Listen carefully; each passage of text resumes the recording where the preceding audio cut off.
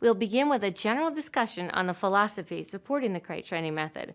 We'll review what you'll need, the steps involved in the process itself, and some possible troubles you may encounter along the way. Before you begin crate training, it helps to understand the philosophy behind this method. If your dog is properly crate trained, he'll view his crate as a private room with a view, a safe haven he can call his own, and a quiet place he can relax in.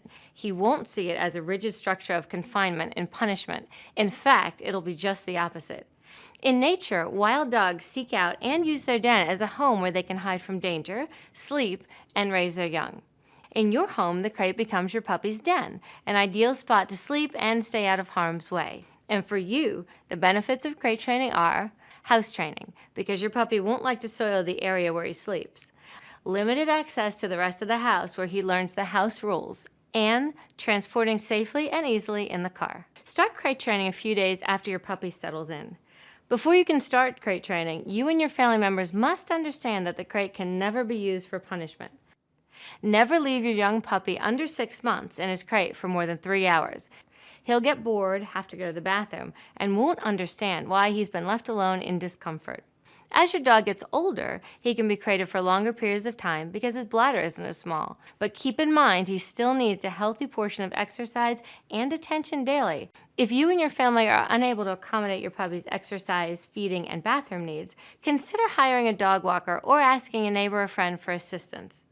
After that, the crate should be a place he goes into voluntarily with the door always open.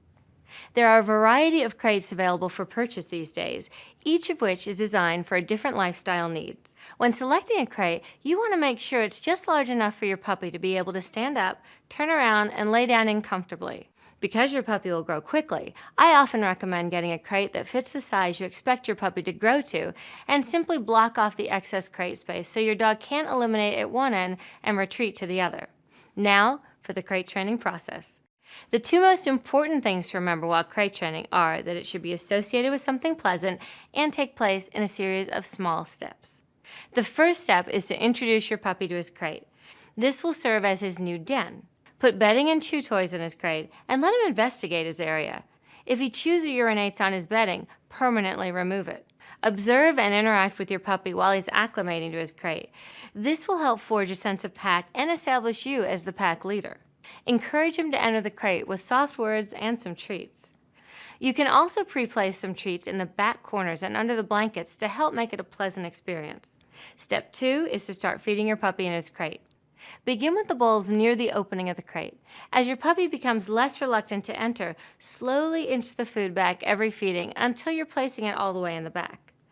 When you get to the point where your puppy happily enters the crate and stands in the back to eat, begin gently closing the crate door behind him while he's eating.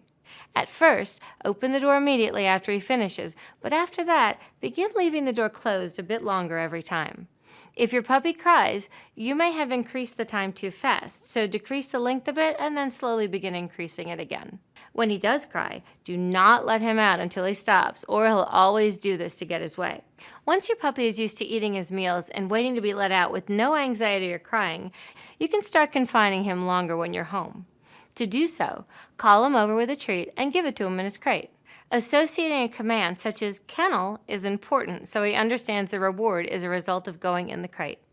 At first, you'll need to sit quietly next to him. If he's fine after 10 minutes, go into the other room for a bit, and then come back and let him out only if he is calm and not crying. If he is crying, you'll have to wait until he's calm.